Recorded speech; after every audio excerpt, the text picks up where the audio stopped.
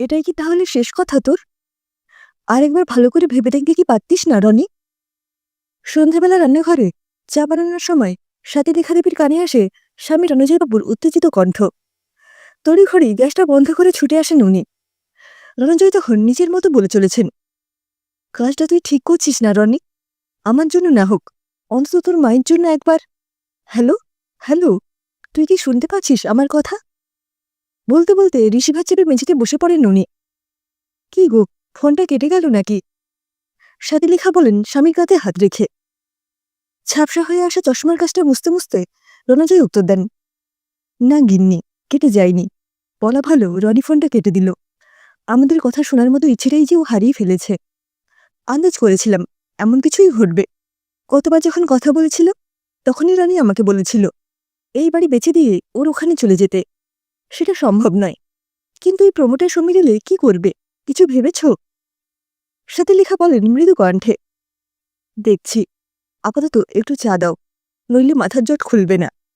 রণজয়বাবু বলেন স্ত্রীর উদ্দেশ্যে কথাগুলো বলে ঘর ছেড়ে বারান্দায় গিয়ে ইজি চেয়ারে গায়ে এলিয়ে দেন রণজয়। এককালে নিজেদের মেধাবী ছেলে রনিতকে নিয়ে খুব গর্ব ছিল ওনাদের। রনিত উচ্চশিক্ষিত হলেও জীবনের শিক্ষা থেকে বঞ্চিত হয়েছে। শেষ বয়সে এসে মনে হয় ওকে মানুষ হওয়ার শিক্ষাটা দিলে বোধহয় খুব ভালো হতো। না, কিছু একটা ভাবতেই হবে, খুব তাড়াতাড়ি।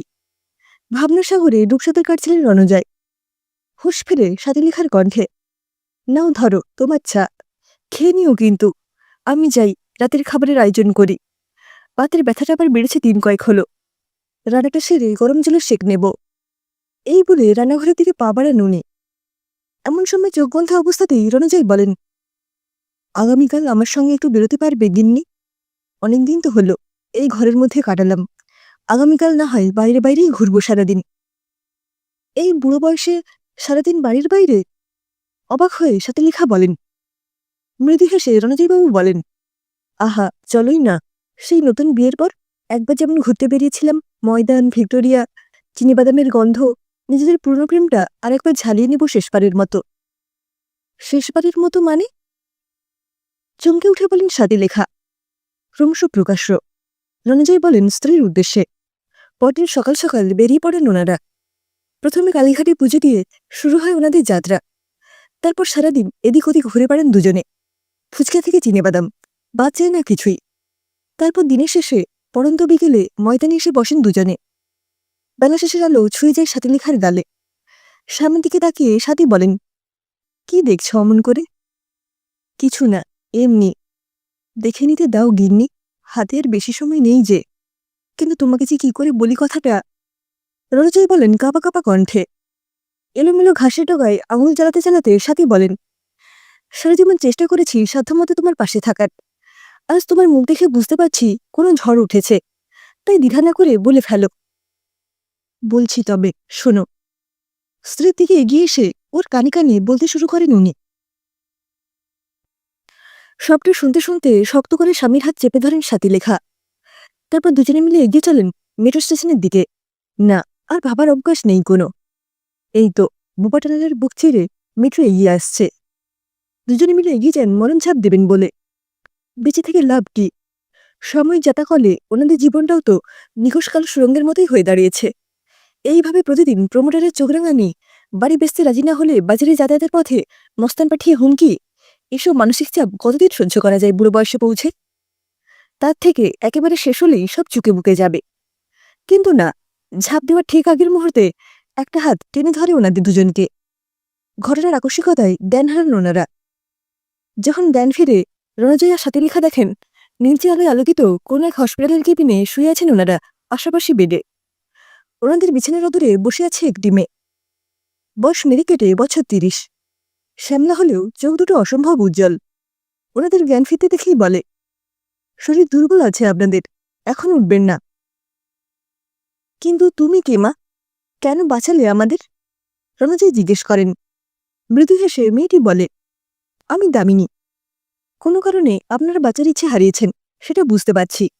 কিন্তু কেন? একবারও ভেবে দেখেছেন মরতে গিয়ে যদি সফল না হতেন তাহলে কি হতো? পঙ্গু হয়ে জড়ভরতের মতো থাকলে লোকসমাজে লজ্জা আরও বাড়তবই কমত না। আসলে আমাদের ছেলে রনিত আর কখনো এদেশে ফিরবে না। আমরা দুই বুড়ো বুড়ি সম্পূর্ণ একা। প্রমোটার বাড়ি দখল করতে উঠতে বসতে চাপ দিচ্ছে, তাই আমরা এই সিদ্ধান্ত নিয়েছিলাম। এত কিছু যুক্তিতর্ক ভেবেই দেখিনি। এতদূর বলে কান্নায় ভেঙে পড়েন সাদিলেখা। হ্যাঁ, এই ভুলটাই আপনাদের মতো অনেকেই করে থাকে। আর ওই প্রমোটাররা বেছে বেছে এইরকম মানুষদেরই টার্গেট করে। প্রবীণ নাগরিকদের জন্য এই শহরটা আর আগের মতো নিরাপদ নয়। এতদূর বলে কাঁধের ব্যাগ থেকে জলের বোতল বার করে একটু গলায় ঢেলে দামিনী আবার বলে, যাক সেসব কথা। জীবন থেকে পালানোর মনোপ্রবৃত্তি না নিয়ে আসুন এবার আমরা সকলে মিলে একটু দিনবদলের স্বপ্ন দেখি মাসিমা। কি মেশামশাই, আপনার কোনো আপত্তি আছে নাকি? কথাগুলো বলতে বলতে আরো দৃঢ় হয় দামিনীর কণ্ঠস্বর। না, কোনো আপত্তি নেই। সাক্ষাৎ মৃত্যুর হাত থেকে ফিরিয়ে এনে যখন নতুন জীবন দান করলে তখন তো শুনতেই হয় তোমার কথা। রঞ্জয় বলেন দামিনীর কথার উত্তরে, আসলে পরশমণি বলে একটা অনাথ আশ্রমের সাথে যুক্ত আছি আমি। আজ আপনারা শুধুমাত্র আপনাদের সন্তানের অবহেলা পেয়ে আত্মহত্যা করতে যাচ্ছিলেন। ওখানে গেলে দেখতে পাবেন এরকম কত সন্তান আছে যারা একটু ভালোবাসা পাওয়ার জন্য অধীর আগ্রহে অপেক্ষা করে। ওরা বাড়ি, অর্থ, বিষয় সম্পত্তি কোনো কিছুই চায় না, চাই শুধুই ভালোবাসা। যদি স্নেহের একটু ছোঁয়া না হয় ওদের দিলেন, রাজি থাকলে জানাবেন। এখন আমি আসি, আগামীকাল আবার এসে দেখে যাব আপনাদের। নমস্কার। এই বলে কেবিনের দরজা ঠেলে বেরিয়ে যায় দামিনী।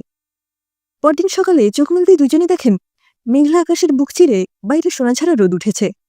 ডাক্তার বলে গেছেন আজই ওনাদের ছুটি দিয়ে দেওয়া হবে বিকেলে। কিন্তু দামিনী তো এখনো এলো না। ভাবতে ভাবতেই চলে আসেও। কি মাসিমা, মেসোমশাই, আজ তো আপনাদের ছুটি হয়ে যাচ্ছে শুনলাম। কখন যাচ্ছেন বাড়ি? আমি সঙ্গে করে পৌঁছে দেব আপনাদের। বাড়ি যাবার আগে তোমার সঙ্গে তোমার পরশমণি আশ্রমে যেতে চাই। নিয়ে যাবে আমাদের মা? সমস্যাটা বলে ওঠেন দুই বুড়োবুড়ি মিলে। নিশ্চয়ই যাবে। মা বাবা চাইলে মেয়ে সেটা না দিয়ে পারে? বলতে বলতে চিকচিক করে ওঠে দামিনীর দুই চোখের কোণ। হসপিটাল থেকে ছুটির পর বিকেলে দামিনীর হাত ধরে পরশমণি হোমে পৌঁছন সাদিলেখা আর রণজয়। ছোট ছোট বাচ্চাগুলো দৌড়ে আসে ওদের দামিনী দিদিমণিকে দেখে। সাদিলেখা আর রণজয়কে দেখে দামিনী ওদের বলে, আজ থেকে এরা তোমাদের নতুন বন্ধু। কুচি কুচি হাতের স্পর্শে ওরা বলে, আজ থেকে তোমরা হলে আমাদের গল্পদাদু আর গল্পদিদা। কি গো, শোনাবে তো আমাদের গল্প? নিশ্চয়ই শোনাবো। তোমরাই যে আমাদের বেঁচে থাকার পরশমণি গো। চুমুতে চুমুতে ওদের ভরিয়ে দিতে দিতে উত্তর দেন দুজনে। দামিনী বলে, এবার চলুন, সন্ধ্যার প্রার্থনা শুরু হলো বলে। লাইনে দাঁড়িয়ে সকলের সাথে কণ্ঠ মেলান রণজয় আর সাদিলেখা। আধারের গায়ে গায়ে পরস্তপ, সারারাত ফোটাক তারা নব নব। নিশিদিন আলোকশিখা জ্বলুক প্রাণে, আগুনের পরশমণি ছোঁয় প্রাণে। একঝাঁক উজ্জ্বল পায়রাদের নিঃস্বার্থ ভালোবাসায় নতুন ছন্দে বাঁচতে থাকেন রণজয় আর সাদিলেখা। থুড়ি সকলের প্রিয় গল্পদাদু আর গল্পদিদা।